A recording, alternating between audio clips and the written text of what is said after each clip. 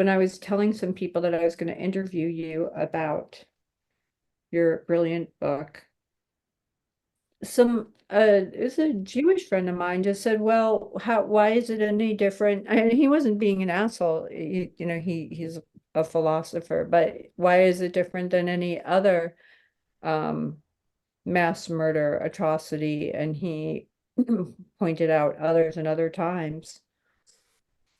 And I had some thoughts about that, but I wanted to hear what you think. My thoughts probably boil down to the simple fact that whatever you think about an individual atrocity or genocide, the fact is the genocide is more normal than the time between genocides. So, so you can compare about which one means this and which one means that. It's all legit. But the fact is, a time when this isn't going on or wasn't going on is so rare Yeah. that that was my one tiny ray of hope in the book. And there wasn't even a ray of hope. It was just like, fucking enjoy the time you got because it's in the mail. And, look at America. It's in the fucking mail. And they already been arrived. We just haven't unwrapped the package completely yet. You write about let me find that, let me get the note. The it states, how do you say it? Stalics, the pornography that's banned, that's you can only. There are many words. I don't know if this happens to you. It even happens to me in English, where I write words that I never actually say. So I can honestly tell you that I do not know how to pronounce that word. It was the section about Elsa. How do you say her name? I think it's Elsa, Ilsa, she wolf of the SS. Yes, right? And that became this fetishized or a kink porn that were sure books. did. Yeah. Can you explain that? Just talk to that. Talk to Well, that. Ilsa Koch was married to she was a bitch of Buchenwald. She was married to the commandant of Buchenwald and had a grand old time.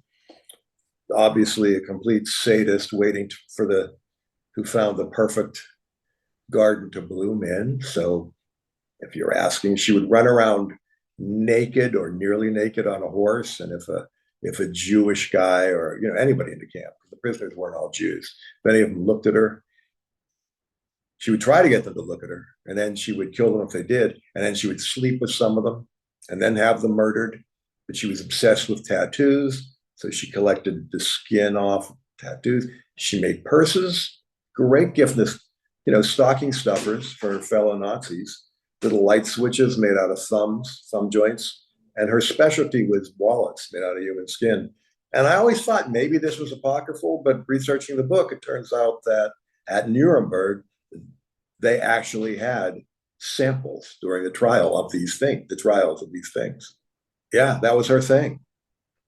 She was a complete sadist, and more importantly, kind of into arts and crafts. And the camp gave her ample opportunity. Sounds a little bit like some of the Supreme Court wives. Sure, yeah, Ginny Thomas, And absolutely. Alito, Right. Mary Beth, or what's her name? Mary or whatever. Martha. Yeah, Martha. I don't know. He's kind of throwing her under the bus. I don't know how much I buy that. But I wanted to ask you about how back to Elsa and how that Elsie, yes, I think of her often. and kindly. Um, but then this uh porn, these were they comic books that kind Yeah, I of believe they were comic books.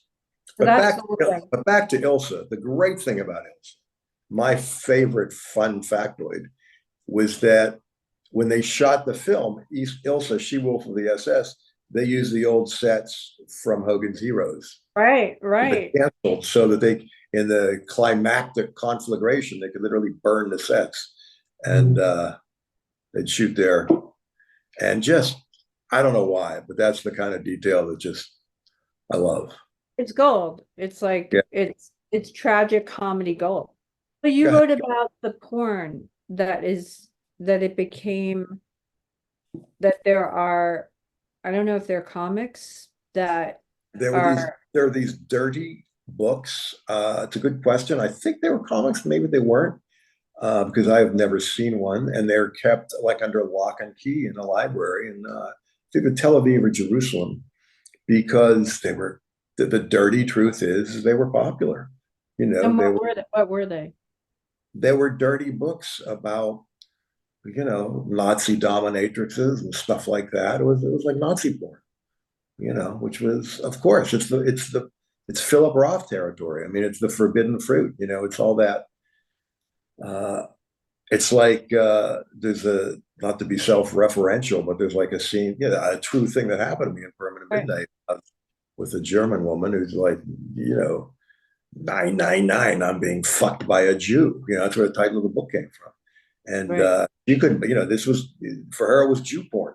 You know, she got to fuck a dirty Jew, you know, What country was the most responsive? to this book. Uh, Doing great in France. I mean, I always do great in France. I feel like one of those black jazz cats from the 50s, you know, over here, not so much. Over there, treated like a fucking king. So, you know, What do you think is the difference? uh, I guess the glib attitude in terms of me is that the French love a fuck up. They like literary, you know, literary kind of ne'er-do-wells. But they have a sensitivity that just jives with mine. When I go to Paris, I feel like I'm home, not just because of all the reviewers and the interviews and stuff, but just they just seem to get it in a way that people don't hear. What are you working on now? Uh, You hate that question. it's fine. I'm doing a couple things. Doing a graphic novel with my translator, who is a big graphic novel guy over there. He's the killer that Fincher made a movie out of. And Wow, I'm doing an odd book, a collection. Somebody came to me and wanted to do a collection of my old journalism and old writing, oh, great. which is very, I don't know about you, it's very hard reading old stuff, you know, looking backward. So I'm doing that and then writing about what was going on while it was happening.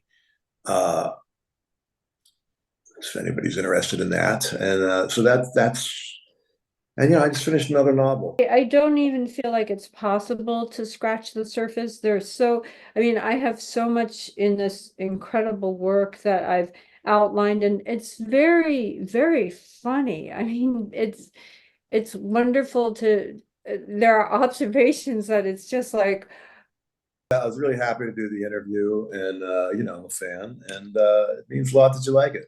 So just thank you so much. And everybody go out and get your copy, soon to be in it major. just came out in paperback with a bonus interview by Ben Stiller from, we did the 92nd Street Y in New York.